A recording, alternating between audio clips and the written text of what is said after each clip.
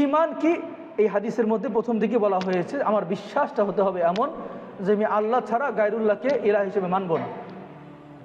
আমি শেষ নবী হিসেবে এবং একমাত্র আদর্শ হিসেবে মানব মুহাম্মদুর রাসূলুল্লাহ সাল্লাল্লাহু আলাইহি ওয়াসাল্লাম। আমার দিন হবে একমাত্র আল্লাহর দিন। ইন্না দীনা ইনদাল্লাহিল ইসলাম। আমার ইলাহ হবে একমাত্র আল্লাহ। আমার তাওয়াক্কুল হবে একমাত্র আল্লাহ। আমি তাকওয়া ভয় করব একমাত্র কাকে? আল্লাহকে। আমাদের জীবনের অন্যতম পাথেও একটা, আর তাকওয়া খায়রুজ জাদ লিল মুমিনিন। একজন মুমিনের জন্য উত্তম সর্বোত্তম পাথেও অবলম্বন হলো তাকওয়া। আল্লাহ নিজেই বলছেন ওমাই ইয়াত্তাকিল্লাহ ইয়াজআল লাহু মাখরাজা, ওমাই ইয়াত্তাকিল্লাহ ইয়াজআল লাহু মাখরাজা। আমাদের জীবন নানান প্রস্তাব আসবে। আমরা যারা ছাত্র স্টুডেন্ট, যারা কর্মজীবনে যাচ্ছি, অনেক প্রস্তাব আসবে। কিছু প্রস্তাব ভালো, কিছু প্রস্তাব খারাপ। যাবতীয় প্রস্তাবে যদি আমি আল্লাহর উপর ভয় করতে পারি, ওমাই ইয়াত্তাকিল্লাহ, অনেক সংকট আসবে। সংকট ছিল, এখন হয়তো সাময়িকভাবে নাই, বা আছে, বা সামনেও থাকবে, আছে। সংকট আমার জীবনে আসবেই। অভাব আসবে, অসচ্ছলতা আসবে, বিভিন্ন পরীক্ষা আসবে।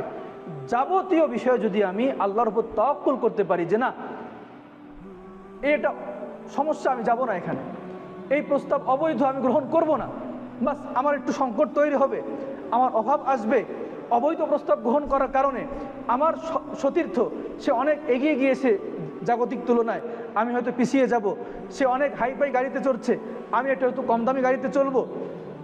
এই যে একটা স্যাক্রিফাইস করা, এই যে একটা উৎসর্গ করা, যদি আমি আল্লাহর উপর তাওয়াক্কুল করে এটা করতে পারি, ইয়াজআল লাহু মাখরাজা, আল্লাহ তাআলা আমাকে যাবতীয় সংকট থেকে উত্তরণের পথ বের করে দিবেন, বের করে দিবেন। এটা ওমাই ইয়াতাওয়াক্কাল আলাল্লাহি ফাহুয়া হাসবুহ। যে ব্যক্তি আল্লাহর উপর তাওয়াক্কুল করে, আল্লাহর উপর যে ব্যক্তি তাওয়াক্কুল করে, আল্লাহই তার জন্য যথেষ্ট হয়ে যান। এবং আপনাকে আমাকে নিয়ে আল্লাহর যে পরিকল্পনা, আমাকে আপনাকে আল্লাহ পাক রব্বুল আলামিন যেই পর্যন্ত নিয়ে যাবেন, আল্লাহ নিয়ে যাবেন। ইন্নাল্লাহা বালিগু আমরি, আল্লাহ সেই পর্যন্ত নিয়ে যাবেন আমাকে আপনাকে, কম হবে না কোনো। এই দুনিয়ায় আমার যতটুকু প্রাপ্তি আল্লাহ অবশ্যই দিবেন আমাকে। এই জন্য অবৈধ পথে যাওয়ার দরকার নাই, অবৈধ পন্থা অবলম্বনের দরকার নাই, ডিপ্রেশনের দরকার নাই, মানসিক অস্থিরতার কোনো দরকার নাই। পাই নাই তো কি হয়েছে, বাস এটা আমার ভাগ্যে ছিল না, পেয়েছি তো আলহামদুলিল্লাহ, আমার ভাগ্যে ছিল। ডিপ্রেশনের কোনো দরকার নেই। অমুককে পেয়েছি, বাস আলহামদুলিল্লাহ। অমুককে পাই নাই, তাকে না পাওয়াই আমার জন্য কল্যাণকর, বাস এই বিশ্বাস, এটাও ঈমানের অংশ। ওয়াল কদরি খায়রিহি ওয়া শাররিহি মিনাল্লাহি তাআলা। আমার জন্য ভালো মন্দ যা কিছু হচ্ছে সব আল্লাহর পক্ষ থেকে, আমার ভালো মন্দ যা সব আল্লাহর পক্ষ থেকে। বাস ডিপ্রেশনের কোনো দরকার নাই, হতাশার কোনো দরকার নাই, আত্মহত্যার কোনো দরকার নাই, মানেই হয় না, প্রয়োজনই হয় না। এই জন্য মুআজ্জিজ হাজির, একটু মাথায় রাখা দরকার, ঈমান যদি আমাদের থাকে তাহলে ইনশাআল্লাহ আমাদের ডিপ্রেশন কাজ করবে না, হতাশা কাজ করবে না। আমরা ঈমানের স্বাদ পাই না। ঈমান কিন্তু একটা স্বাদের বিষয়। সাহাবায়ে কেরাম ঈমানের স্বাদ পেয়েছেন, এজন্য তারা জীবন দিতেও স্বাদ পেয়েছেন। আমরা ঈমানের স্বাদ পাবো কিভাবে? আমি যে হাদিস তেলাওয়াত করেছি, যাকা তা'আমাল ঈমান, ঈমানের স্বাদ ওই ব্যক্তি পাবে মান রাদিয়া বিল্লাহি রাব্বা, যে রব হিসেবে আল্লাহকে পেয়ে খুশি হয়ে গেছে। ওয়াবিল ইসলামি দীনা, দিন আদর্শ ধর্ম হিসেবে ইসলামকে পেয়ে যে খুশি হয়েছে। অবি মুহাম্মাদিন নবিয়্যান ওয়া রাসূলা, নবী এবং রাসূল হিসেবে মুহাম্মদকে পেয়ে যে সন্তুষ্ট হয়েছে, সে ঈমানের স্বাদ পাবে। আমরা সন্তুষ্ট হয়েছে কি হয় নাই বুঝবো কিভাবে? আমরা কি ইসলামের বাইরে অন্য কোনো আদর্শকে গ্রহণ করার চেষ্টা করছি কিনা? করছি। আমরা হয়তো রাজনৈতিক ক্ষেত্রে, কখনো হয়তো পারিবারিক ক্ষেত্রে, বিভিন্ন অনুষ্ঠান উদযাপনের ক্ষেত্রে, শিক্ষার ক্ষেত্রে অন্য ধর্মীয় সংস্কৃতিকে নিজেদের আদর্শ মানছি। আমরা মনে করছি ওইটাই তো ভালো, সন্তুষ্ট হচ্ছি না। আমরা চেষ্টা করছি না এক্ষেত্রে ইসলামের আদর্শ কি জানার জন্য। আমরা আল্লাহ ছাড়া গায়রুল্লাহর অনেক সময় দ্বারস্থ হচ্ছি নিজের অজান্তেই। আমরা মুহাম্মদকে একমাত্র নিজেদের জীবনের আদর্শ মানছি না, যার কারণে আমরা ঈমানের স্বাদ পাই না। আমরা ঈমান পালন করি, আমরা ইসলাম পালন, আমরা ইবাদত করি। কেমন? একজন জ্বরের রোগী, সে যখন ওষুধ খায় বা সে যখন খাবার খায়, খাবারটা তার কাছে ভালো লাগে? ভালো লাগে না, তারপরেও খায়। কেন? ওষুধ খাইতে হবে, এই জন্য খাইতে হচ্ছে। ডাক্তার বলেছেন ওষুধ খাইতে হবে, ওষুধ খাওয়ার জন্য ভরা পেট লাগবে, এই জন্য খাইতে হচ্ছে, কিন্তু তার কাছে ভালো লাগছে না। ঠিক তদ্রূপ মানুষ কি মনে করবে, আল্লাহ যেহেতু বলেছেন নামাজ পড়তে, এই জন্য নামাজ পড়ছি আমরা, কিন্তু নামাজের যে স্বাদ, ইবাদতের যে স্বাদ, রোজা রাখার যে স্বাদ, জিহাদ করার যে স্বাদ, আল্লাহর পথে জীবন দেওয়ার যে স্বাদ, এই স্বাদ আমরা পাচ্ছি না। আমরা এটা অনেকটা জ্বরের রোগীর মতো, আমাদের রুচি নেই, রুচি নষ্ট হয়ে গেছে। কেন? আমাদের রুচি ঠিক নেই। রুচি ঠিক হতে যে সুস্থ মস্তিষ্ক, জিহ্বা, হৃদয় দরকার, সেই হৃদয় আমাদের নাই। সে হৃদয় কিভাবে আসবে? একমাত্র ওই ব্যক্তি ঈমানের স্বাদ পাবে, ইবাদতের স্বাদ পাবে, যে ব্যক্তি আল্লাহকে রব হিসেবে পেয়ে সন্তুষ্ট হয়ে যাবে, যে ব্যক্তি ইসলামকে দিন হিসেবে পেয়ে সন্তুষ্ট হয়ে যাবে এবং মুহাম্মদকে আদর্শ রাসূল নবী হিসেবে পেয়ে সন্তুষ্ট হয়ে যাবে।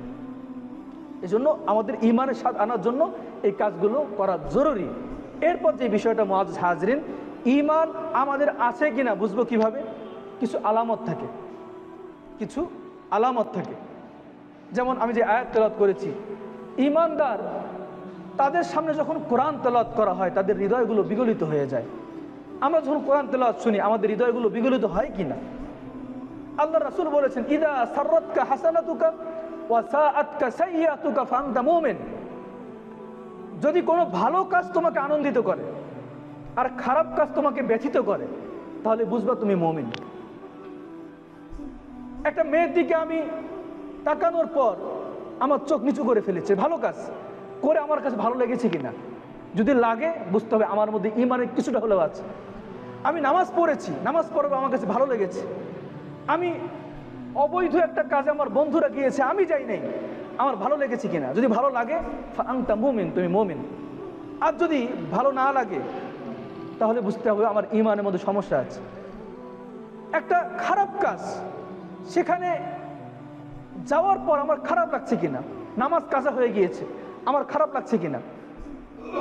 একটা বন্ধুদের তাড়নায় পরে আমি একটা খারাপ কাজে জড়িয়ে গিয়েছি, তারপর আমার খারাপ লাগছে কিনা। যদি খারাপ লাগে বুঝতে হবে আমার মধ্যে ঈমান আছে কিছুটা, যদি না লাগে তাহলে বুঝতে হবে আমার মধ্যে ঈমান নাই। যে কোনো ভালো কাজ এরকম হাদিসের মধ্যে ঈমান বোঝার, আমার মধ্যে ঈমান আছে কিনা অনেকগুলো কথা বলা হয়েছে। আমরা চেষ্টা করব সবগুলো বিষয় জেনে নিজে নিজেকে পরীক্ষা করা যে আমার মধ্যে ঈমান আছে কিনা। যদি না থাকে অবশ্যই আমাকে ঈমান আনার মেহনত করতে হবে, আমাকে বেশি বেশি আল্লাহকে স্মরণ করতে হবে।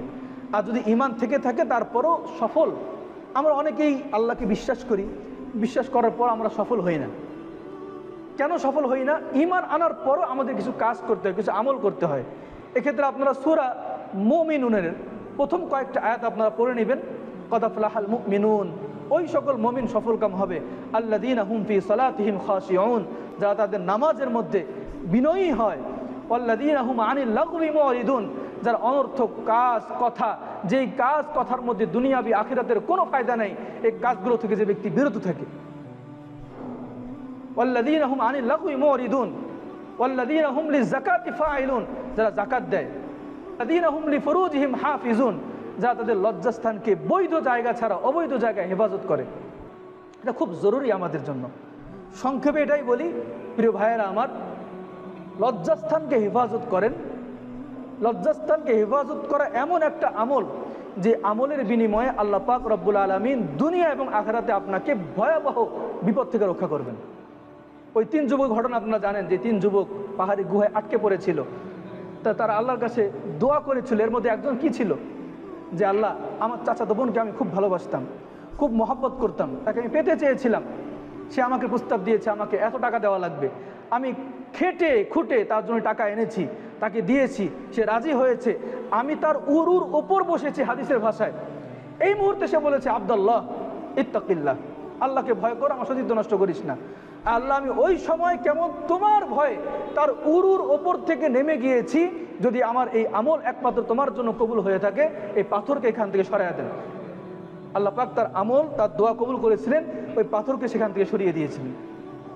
প্রিয় ভাই আমার, আমরা হয়তো অনেকেই জড়িয়ে গিয়েছি, জড়িয়ে আছি, আল্লাহর জন্য এখনই ছেড়ে দেন, যে আল্লাহ একমাত্র তোমার জন্য আমি ব্রেকআপ করলাম, যদি বৈধভাবে সম্ভব হয় থাকবো, না হলে নাই, যতক্ষণ নাই ততক্ষণ নাই, দূরত্ব অবলম্বন করব, আল্লাহর জন্য ছাড়েন, দেখবেন যে আল্লাহ পাক রব্বুল আলামিন আপনার জন্য কল্যাণের ফয়সালা করবেন। করবো তো ইনশাআল্লাহ। ওয়াল্লাযীনা হুম লিআমানাতিহিম ওয়া আহদিহিম রাউন, আমানত এবং অঙ্গীকার রক্ষা করে চলবো। যদি আমরা এই আমলগুলো করতে পারি, আমাদের জন্য সফলতা আসছে, আমাদের জন্য জান্নাত আসছে, আমরা ইনশাআল্লাহ জান্নাতুল ফেরদৌসের অধিকারী হব।